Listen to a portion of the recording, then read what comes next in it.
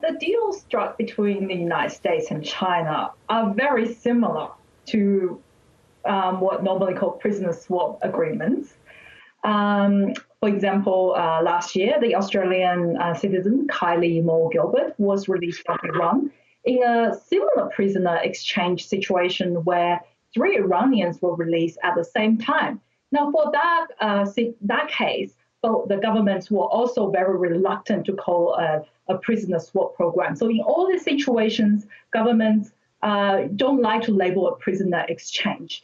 One possible reason is that these kind of exchanges raise what's called a moral hazard question.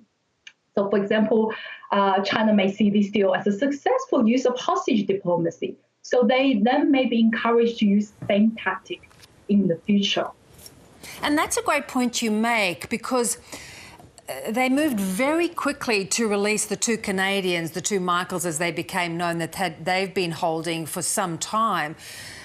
Could that be kind of a warning that, you know, this is actually what that was all about? I think in this particular case, it's quite obvious from the very start that it was what this is about. The detention of the 2 Canadians were very blatantly related to Canada's detention of Meng, despite official denial. So this quick release exchange of the 2 sides makes it even more clear that the entire thing was political. Was it disappointing in your view, though, that the US went down this path? Somewhat, but I think especially for the families of the 2 Canadians, it is a very, very good news. And I can totally understand why they end up doing that. So who, in your view, blinked first, though, with regard to this whole issue? I think as the case with most international relations negotiations, there are a lot of back and forth. I wouldn't really want to point at one party as to the one that blinked first, but especially in this case is even more interesting because it involves 3 countries. So Meng was detained in Canada, but not because Meng violated any Canadian laws, but because Canada has an extradition treaty with the United States. And the United States has accused Meng of violating U.S. sanctions. So it is almost all up to the United States to determine whether Meng gets released or not. Yet Canada is stuck in the middle, with 2 of its citizens get arrested as a result. Yeah. So, you know, what does this mean, though, for future foreign nationals in China? It doesn't necessarily take away the risk that they could be detained by China. No, if anything, it could even increase the risk because China has seen this as a successful tactic.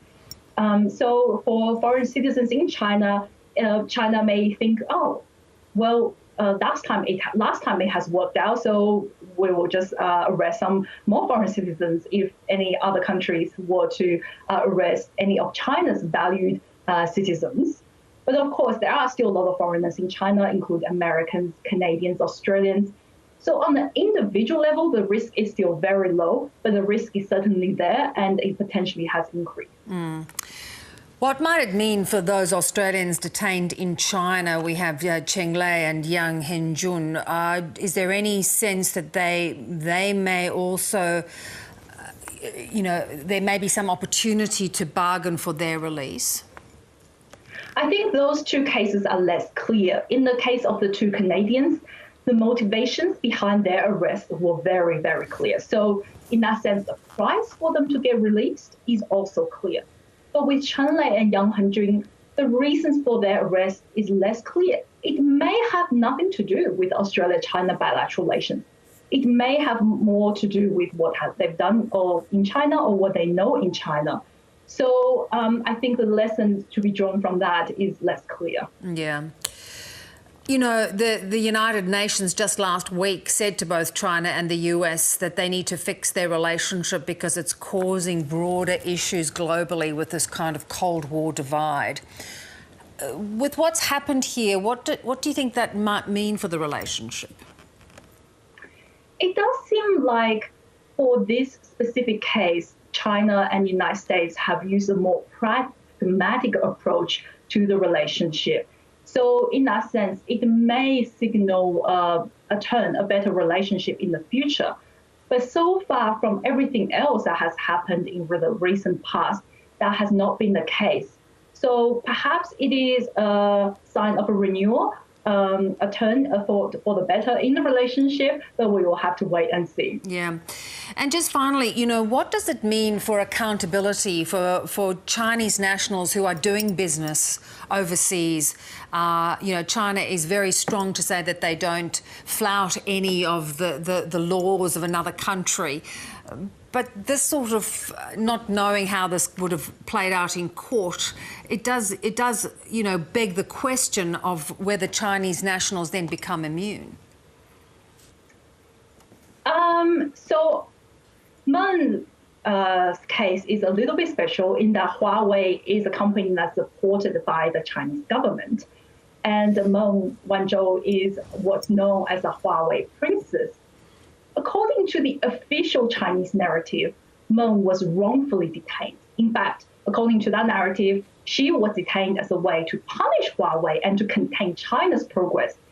And in that sense, then, from China's perspective, Meng was a political prisoner, unlike what we are used to. And official messaging, of course, promotes patriotism, the narrative that the country is now powerful enough to stand up to other countries, and Chinese citizens can rely on the government when they're overseas. But I think most Chinese citizens understand that this is a special case. It is Huawei, it is the CFO of Huawei, and actually the founder's daughter. For most ordinary citizens, they understand the country will not bail them out. Yeah, interesting stuff. Jiang, thank you as always. Thank you.